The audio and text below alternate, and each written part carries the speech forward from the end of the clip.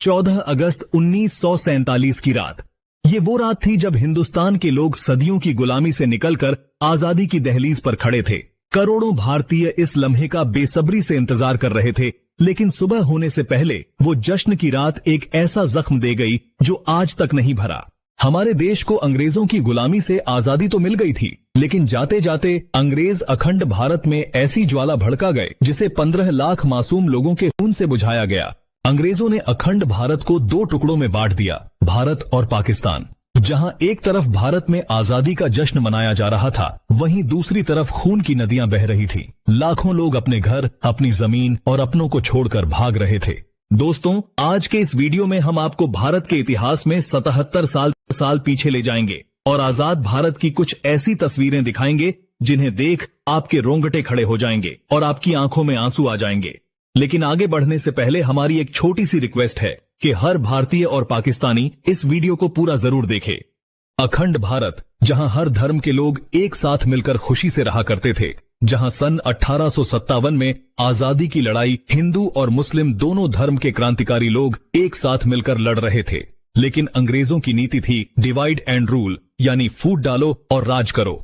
हिंदू और मुस्लिम जो सदियों से साथ रहते थे, अंग्रेजों ने उनके बीच फूट डालने की कोशिश शुरू कर दी। जैसे हिंदुओं और मुस्लिमों को अलग अलग नौकरियां दी, उनके लिए अलग अलग स्कूल बनाए और धार्मिक मुद्दों को हवा दी।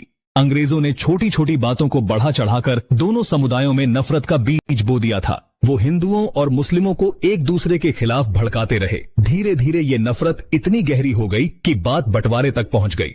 लेकिन हैरानी की बात यह थी कि हिंदुस्तान के 2 टुकड़े करने की जिम्मेदारी सिरिल रैडक्लिफ नाम के जिस ब्रिटिश जज को दी गई थी, भारत में रहना तो दूर, उसने कभी भारत का दौरा तक नहीं किया था। उन्हें सिर्फ 6 हफ्तों में ये तय करना था कि कौन सी जमीन भारत की होगी और कौन सी पाकिस्तान की। रैडक्लिफ ने नक्शे पर ऐसी लकीरें खींची थीं जिसने पंजाब और बंगाल को 2 हिस्सों में बांट दिया। ये लकीरें इतनी जल्दबाजी में खींची गई कि कई गांव, कस्बे और परिवार रातों रात बट गए। लोग सुबह उठे तो पता चला कि उनका घर भारत में है, लेकिन खेत पाकिस्तान में। जिन जगहों पर लोग पीढ़ियों से साथ रह रहे थे, एक ही दिन में वो हिंदुस्तानी से पाकिस्तानी बना दिए गए। ये फैसले न जमीन को समझकर किए गए, न लोगों से पूछकर। बस एक अंग्रेज की कलम चली और इतिहास हमेशा के लिए बदल गया। दोस्तों, आजादी के वक्त जब बंटवारा हुआ तो हिंदुस्तान में बारिश का मौसम था। नदियां उफान पर थीं। बाढ़ की वजह से किसानों की फसलें बर्बाद हो चुकी थीं। करीब 2 करोड़ लोग अपने घर छोड़कर इधर से उधर भाग रहे थे। जहां एक तरफ लाखों हिंदू पाकिस्तान से भारत की ओर पलायन कर रहे थे, वहीं दूसरी तरफ लाखों मुस्लिम भारत से पाकिस्तान की तरफ भाग रहे थे। इस वक्त अपनी स्क्रीन पर आप दिल्ली से लाहौर जाने वाली ट्रेन की वीडियो फुटेज देख रहे हैं। लोग ट्रेनों की छतों पर बैठकर सफर करने पर मजबूर थे और जिन्हें ट्रेन नहीं मिल रही थी, वो लोग ट्रकों में बैठकर पलायन कर रहे थे। कुछ लोग बैलगाड़ियों का सहारा ले रहे थे तो कुछ परिवार साइकिल पर ही अपना जरूरत का सामान लादकर एक देश से दूसरे देश की तरफ दौड़े चले। जहां एक तरफ करोड़ों लोगों के लिए आजादी किसी वरदान से कम नहीं थी, वहीं लाखों लोगों के लिए ये एक अभिशाप बन चुका था, क्योंकि अपना सब कुछ छोड़कर जान बचाते हुए दूसरे देश में भागना किसी भयानक सपने से कम नहीं था। हालांकि बंटवारे की ये दास्तान तो आजादी से कई साल पहले ही लिखी जा चुकी थी, क्योंकि अंग्रेजों ने देशवासियों में धर्म को लेकर ऐसा जहर भर दिया था जिससे कई पॉलिटिकल लीडर्स ने तो धर्म के नाम पर ही अपनी पार्टीज बना ली थी। जैसे कि मुस्लिम लीग के चीफ मोहम्मद अली जिन्ना ने आजादी से कई साल पहले ही ये जिद पकड़ ली थी कि हिंदुस्तान में रहने वाले मुस्लिमों को एक अलग मुल्क दिया जाए, और उनकी इस जिद ने हिंदुस्तान के भाईचारे और संस्कृति को ऐसी गहरी चोट पहुंचाई जिसके निशान आज भी देखने को मिलते हैं। इस वक्त आप स्क्रीन पर जिन तस्वीरों को देख रहे हैं, ये उस वक्त की तस्वीरें हैं जब मोहम्मद अली जिन्ना ने पाकिस्तान का गवर्नर जनरल बनने की शपथ लेकर अपनी जिद पूरी की थी और वे अपनी पसंदीदा कुर्सी पर विराजमान हो गए थे। 1947 में लॉर्ड लुईस माउंटबेटन भारत के आखिरी वायसराय बने। उन्होंने कई महीनों तक जवाहरलाल नेहरू और मोहम्मद अली जिन्ना की कई मीटिंग्स करवाई, जिसके बाद 3 जून 1947 को लुईस माउंटबेटन ने ऐलान किया कि 15 अगस्त 1947 को भारत आजाद होगा, लेकिन इसके साथ ही बंटवारा भी होगा। हालांकि पंडित जवाहरलाल नेहरू, सरदार वल्लभ भाई पटेल और महात्मा गांधी ने देश के बंटवारे को रोकने की हर मुमकिन कोशिश की। उन्होंने मोहम्मद अली जिन्ना को भारत का पहला प्रधानमंत्री बनने तक का ऑफर दे दिया था। कई इतिहासकार बताते हैं कि बंटवारे की खबर से पंडित जी को बहुत बड़ा झटका लगा था। 14 अगस्त की शाम को जब नेहरू जी अपने घर पर इंदिरा गांधी और पद्मा नायडू के साथ आजादी के भाषण की तैयारी कर रहे थे, तभी अचानक फोन की घंटी बजी। नेहरू जी ने जब फोन उठाया तो उन्हें एक दुखद खबर मिली। लाहौर के नए प्रशासन ने हिंदू और सिखों के इलाकों की पानी की सप्लाई काट दी थी, जिसकी वजह से लोग अपने घरों में प्यासे तड़प रहे थे और अगर कोई पानी लेने बाहर निकलता तो उसे मार दिया जाता। देखते ही देखते हिंसा की आग भड़क उठी, जिसने पूरे हिंदुस्तान को अपनी चपेट में ले लिया। पंजाब और बंगाल में सबसे ज्यादा दंगे हुए, लोग एक दूसरे के खून के प्यासे हो गए थे।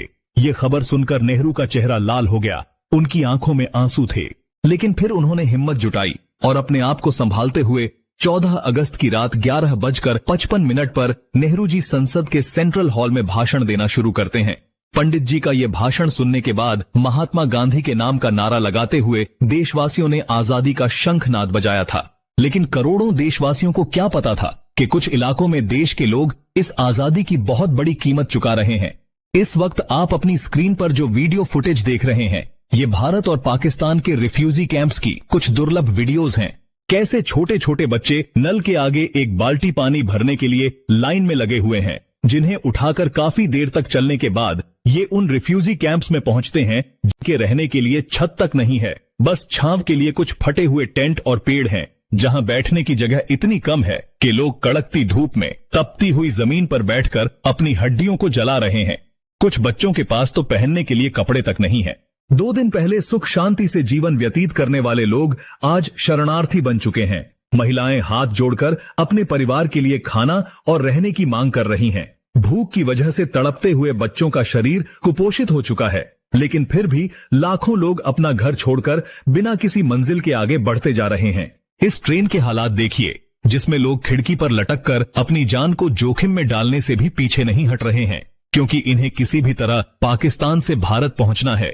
ये तस्वीरें लाहौर की हैं, जहां लोग ट्रेन की पटरियों के पास बैठकर ही खाना पका रहे हैं, ताकि जब ट्रेन आए तो ये लोग जल्दी से ट्रेन में सवार हो सकें। यहाँ खड़ी इस ट्रेन के न सिर्फ ऊपर बल्कि 2 डिब्बों के बीच खाली जगह पर भी लोग खचाखच हुए हैं, जिनके हाथों में अपना कुछ टूटा फूटा सामान और दिल में जिंदा रहने की उम्मीद है। असल में उस वक्त जो कुछ भी हुआ था, उसके बारे में सोचकर ही रूह कांप जाती है। दोस्तों, इस फुटेज को देखकर आपकी आंखों में भी आंसू आ जाएंगे। दरअसल ये बेचारे वो लोग हैं जो उस वक्त भूख के कारण तड़प तड़प कर मर गए थे।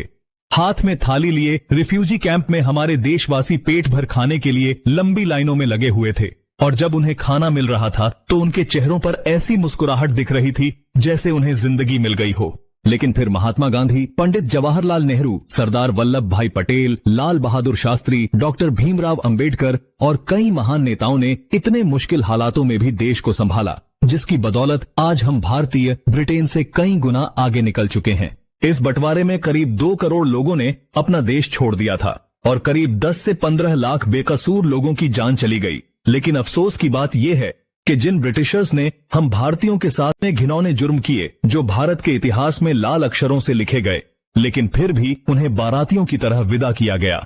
28 फरवरी 1948 के दिन जब अंग्रेजों की आखिरी टुकड़ी हमारा देश छोड़कर जा रही थी, तो उन्हें बैंड बाजे के साथ विदा किया गया था, जिसके बाद अंग्रेज मुंबई से अपनी बोट में सवार होकर बड़ी शान से ब्रिटेन का झंडा लहराते हुए हमेशा के लिए वापस लौट गए। लेकिन जाते जाते एक ऐसी चिंगारी छोड़ गए थे जिसकी आग में 10 लाख बेकसूर लोगों की जिंदगियां झुलस गई। किसी के बाप को मार दिया गया, किसी की मां ने तड़प तड़प कर दम तोड़ दिया, किसी का भाई बिछड़ गया तो किसी की बहन पीछे छूट गई।